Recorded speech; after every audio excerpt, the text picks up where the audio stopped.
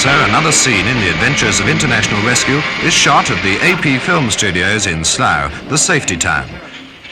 Supermarionation is a new dimension in adult entertainment, and the actors start here in the puppet workshop under the guidance of Birmingham sculptor John Brown. Heads are first made in plasticine, then moulded in glass fibre. Moving lips and eyes are added, and then the crowning glory, the hair in the latest styles. Each main character has up to 5 heads with different expressions to suit the mood. The rest of the puppet is made in a plastic and is in the perfect proportion of 1/3 human stature, with the hands and feet to suit the fitting. Any character can be made up from these interchangeable components. Each dressed puppet costs between £250 and £300. Often, 2 units are shooting at once, so an identical twin is made. Of the 4 film stages used for shooting Thunderbirds, 2 are for the special effects department under the inventive control of director Derek Meddings. Derek, how do you evolve the futuristic designs of your models? Well, usually I just start doodling on a pad, and whatever happens, that's usually what we get in the time. Sometimes we have to dress them up a bit. What limits do you put on probability? Well, there aren't any limits as far as we're concerned. We try anything, and if it doesn't work, then we usually cut round it. But 9 times out of 10, they work. There isn't any, as far as we're concerned, nothing is impossible in the special effects. How many special effects go into an episode? Well, they vary. Some, mostly, they're around about 90 per hour. Some, they range up to 105. We've had as many as 130 in a film. And then we've really got problems. What are your greatest problems in the effect line? Anything that flies. Because it's always the wires, losing the wires against cloud and blue sky. So we have to, we have secret little ways of doing it. And I'd rather not say how it's done. How do you maintain such realism? Well, we do little things that I think people they're not aware of when they look at a vehicle. But if a vehicle goes through screen, then we do a dust trail behind it. So there's always a certain amount of dust coming from the back of the truck or lorry, car, whatever it is. And then we have all the wheels sprung independently so that they get this movement and they don't just bounce up and down like a toy. And shooting at high speed, around about 72 frames, and sometimes as much as 120. That's as opposed to? 24. Which is normal film Yes, frame. but we can't shoot at 24. There's very few shots we can do at 24 on the special effects.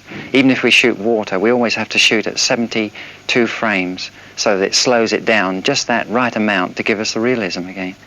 Boats, things like this, we use little gadgets on the back that give us the wake. These are the things, if they're not there, people know that something's wrong with the shot. And they're not really sure what it is, but if it's there, they just accept it. It's just like using any other, or just like watching any other boat going through picture. When you were a boy, were you fascinated by explosions? Yeah, I'm very destructive by nature. I think that's why I'm in the special effects. Backstage, there's a vast empire of scenic design and model making. Everything is custom designed and built to scale.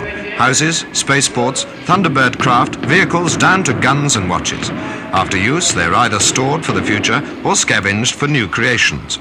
All the models are identically reproduced in various scales to suit the scene, and a perfect continuity must be maintained.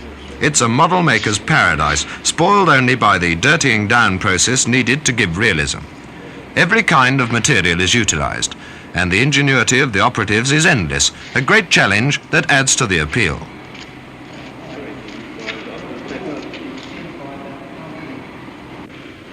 The puppets work on the sets under blistering arc lights 10 times stronger than normal, and their actions are controlled by 12-foot wires from above. Well, son, guess you get settled down for the night. Gosh, Dad, how can I settle down in all this excitement? Well, The pre-recorded dialogue is fed through a lip-sync machine, and the word impulses are transmitted to a solenoid in the character's head, causing the lips to move in perfect time with its voice. This near realism is synonymous with all the work done by the AP film team of over 100. You be a good boy and get off to sleep. The series is shot in full Eastman colour and is already being shown in Canada, Australia, Holland and Japan. That was quite a But what is the adult appeal? The best man to answer this is Thunderbirds creator Jerry Anderson. Well, of course, this is a question I would like to know the answer to, because we very much want the films to have adult appeal. I think that it's probably the technical fascination of seeing model characters and model machines behave in a realistic way on the screen. I think it is the wonderment, much the same way as with the Disney cartoons. One looked at animated figures and couldn't believe that they in fact weren't real. And of course, I think from the point of view of creating fantasy, it is important to make fantasy as believable as possible so that it is acceptable. This is what we try to do. What of the future? Live actors? Well, this is a difficult one to answer. It's a question we ask ourselves at least once a week. I would very much like to make films with live actors, but of course the problem is that with live actors you have to accept their faces as they are. I don't think it would be quite as simple to get the strong characters that we succeed in getting in our films. And of course, there would be many difficulties in creating the sort of situations we create at the moment with live artists. But I think one day, yes, we hope so. Whether the actors are human or puppets, Thunderbirds adds up to a unique contribution to world entertainment. Thunderbirds are Go. FAB